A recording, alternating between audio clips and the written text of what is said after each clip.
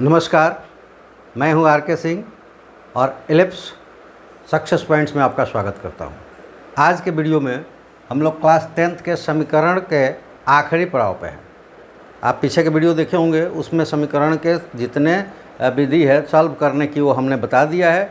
आखिरी पड़ाव है कि बिना हल किए हम कैसे जानेंगे कि कोई समीकरण युग्म का एक सॉल्यूशन यानी हल आएगा या अनेक हल आएगा या फिर कोई हल नहीं आएगा, जिसको कंडीशंस ऑफ सॉल्वेबिलिटीज़ कहते हैं। ठीक है, और उस पे उदाहरण के द्वारा हम लोग कार्य भी करेंगे, कुछ देखेंगे भी।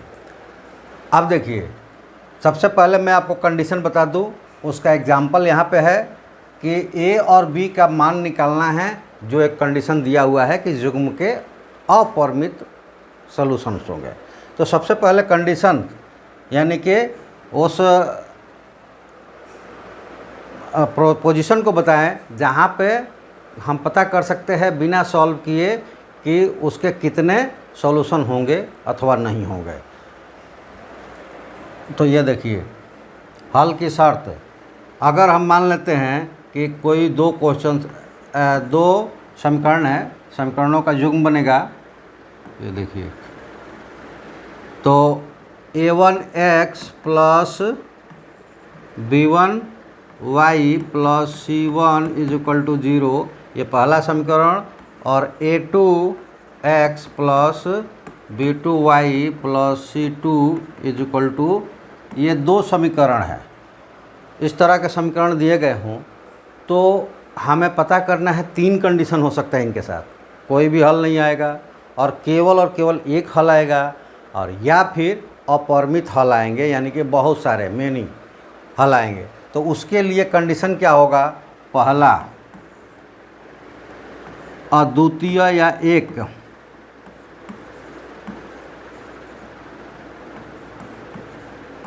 अद्वितीय यानी कि उसके अलावा कोई नहीं, एक हल के लिए।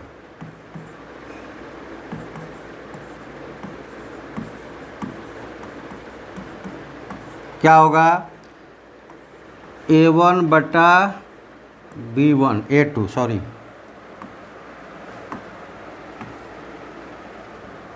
a1 बटा a2 not equal to b1 बटा b2। अगर इसके a1 और a2 का रेशियो b1 b2 के रेशियो के बराबर नहीं आएगा तो समीकरण युग्म का केवल और केवल एक हल होगा, अद्वितीय हल होगा। दूसरा कंडीशन ले लीजिए।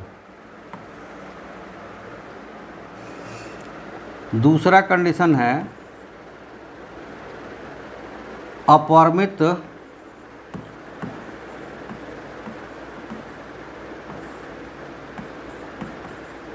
हल होने के लिए। क्या होगा? a1 बटा a2 बराबर b1 बटा b2 बराबर c1 बटा c2। अगर ये a1 a2 b1 b2 c1 c2 का हम निकालेंगे रेशियो, और वो रेशियो बराबर हो जाएगा तो उस समीकरण युग्म का अपरिमित हल होगा। ठीक है, और तीसरा कंडीशन है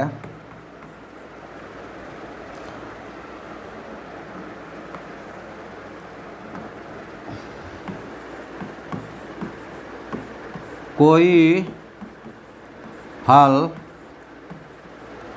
नहीं होने के लिए।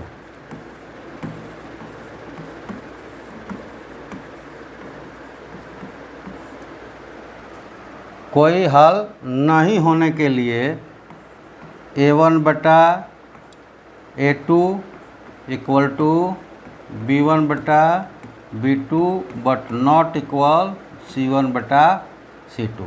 अब ये देख लीजिए, कोई हल नहीं होगा तो a1 बटा a2 बराबर होगा b1 बटा b2 के, लेकिन कांस्टेंट टर्म्स के रेशियो के बराबर नहीं होगा। तो यहाँ पे एक चीज़ ध्यान रखिए आप कि ये दोनों जो है इसमें सॉल्यूशंस मिलेंगे, इसमें सॉल्यूशन नहीं मिलेगा। लेकिन कंडीशंस अगर हमें फॉलो करके और बताना होगा, तो केवल ये बराबर लेंगे तो हमें पता नहीं चलेगा, इन दोनों में डिफरेंस नहीं हो पाएगा, क्योंकि a1/a2 इक्वल टू b1/b2 दोनों में आ रहे हैं, अपरिमित के लिए भी और कोई हल के लिए। तो इन दोनों में डिफरेंस कौन करेगा? ये कांस्टेंट टर्म्स करेगा। कांस्टेंट टर्म्स अगर बराबर हो गया, कांस्टेंट टर्म्स का रेशियो बराबर हो गया तो वो अपरिमित हो जाएगा, और बराबर नहीं होगा तो कोई हल नहीं होगा। ठीक है, तो ये 3 कंडीशन है। इन 3 कंडीशंस का इस्तेमाल करके आप दिए गए प्रश्नों का उत्तर दे सकते हैं। इसमें कहता है कि ए और बी के किन मानों के लिए निम्नलिखित समीकरणों के युग्म के अपरिमित रूप से अनेक हल होंगे। तो अब इसके अनेक हल होने के लिए इनके रेशियो और y वाले के रेशियो और कांस्टेंट के रेशियो बराबर होना चाहिए। तो यहाँ पर हम लिख सकते हैं, यहाँ आंसर्स है, ये इधर कंडीशन आपको बताया कि इस तरह के क्वेश्चंस हो तो यहाँ लिख सकते हैं कि दिए गए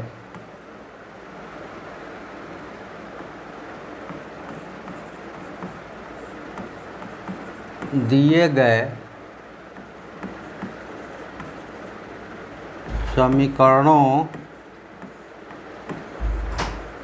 के युग्म का अनेक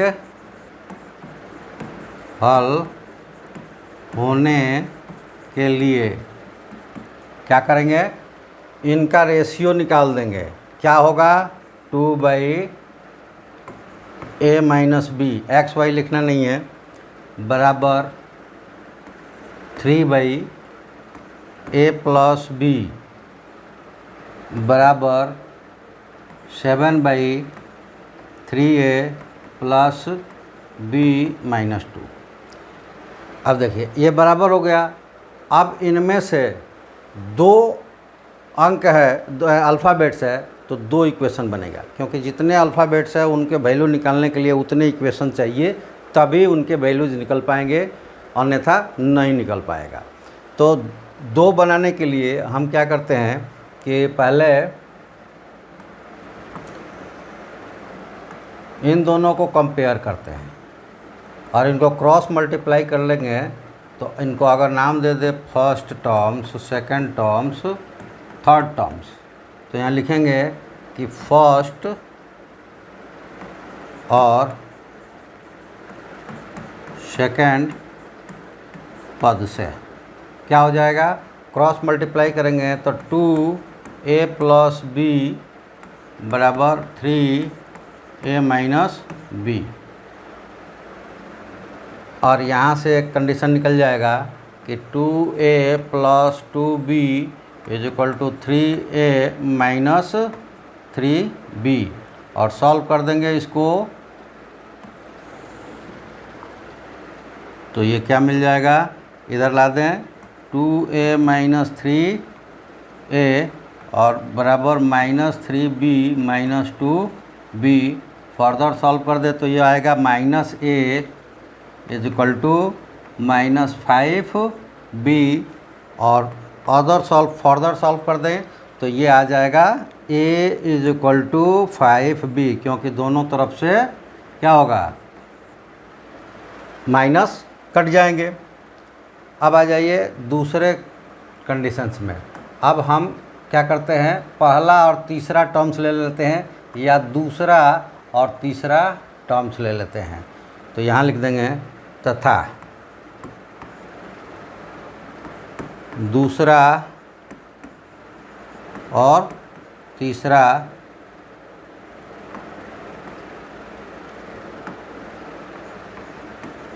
पद लेने पर, ठीक है, तीसरा पद लेने पर क्या मिल जाएगा? इसको ये क्रॉस मल्टीप्लाई कर दीजिए, ये हो जाएगा 9a, थोड़ा सा ऊपर चला गया,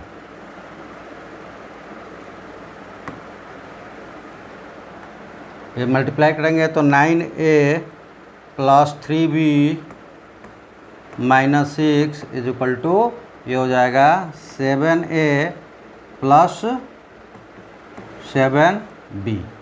ठीक है, अब इसको सॉल्व करते हैं। चलिए इसको फर्दर सॉल्व करेंगे तो ये क्या मिलेगा 9A और 7 आकर इधर क्या होगा माइनस होगा, तो -7A और ये +3A है 3B है और ये +7B है, तो यहाँ आकर ये 7B माइनस हो जाएगा और वो 6 उधर जाकर प्लस हो जाएगा। तो ये कंडीशन बनेंगे क्या कि 9 में से 7 करेंगे तो 2A और 3 में से 7 करेंगे तो 4B और ये हो जाएगा 6 और यहाँ हमें मिल जाएगा कि A - 2B = 3। ये इक्वेशन नंबर 2 हो गया। अब ऐसा करते हैं कि समीकरण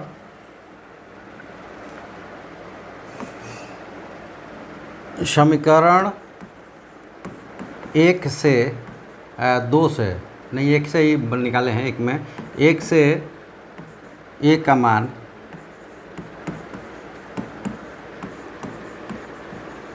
समीकरण 2 में रखने पर क्या हो जाएगा, A की जगह 5B है तो 5B - 2B = 3 और इसको सॉल्व करेंगे तो 3B = 3 और फर्दर सॉल्व करेंगे तो ये हो जाएगा B = 3/3 जो कि कट के आ जाएगा B = 1 और इसको तीसरा समीकरण रख लेते हैं। अब रखते हैं कि समीकरण 3 से B का मान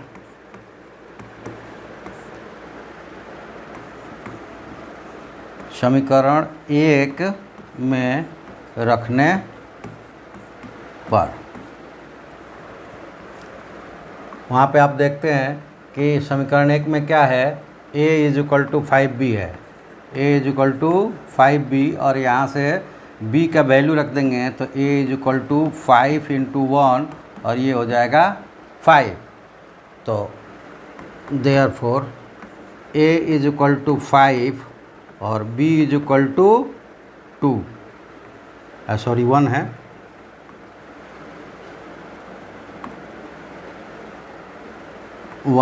और ये क्या हो जाएंगे, ये हमारा आंसर्स हो जाएंगे। यानी कि A = 5 और B = 1 समीकरणों के युग्म में रख देंगे तो समीकरणों के युग्म का अपरिमित रूप से अनेक हल आएंगे। ठीक है, इसको चेक कर लेते हैं कि क्या ये बात सही है। तो उसके लिए कैसे चेक होगा, तो ये कंडीशन जब फुलफिल होगा कि तीनों का रेशियो बराबर हो जाएंगे, मतलब अपरिमित हल होगा।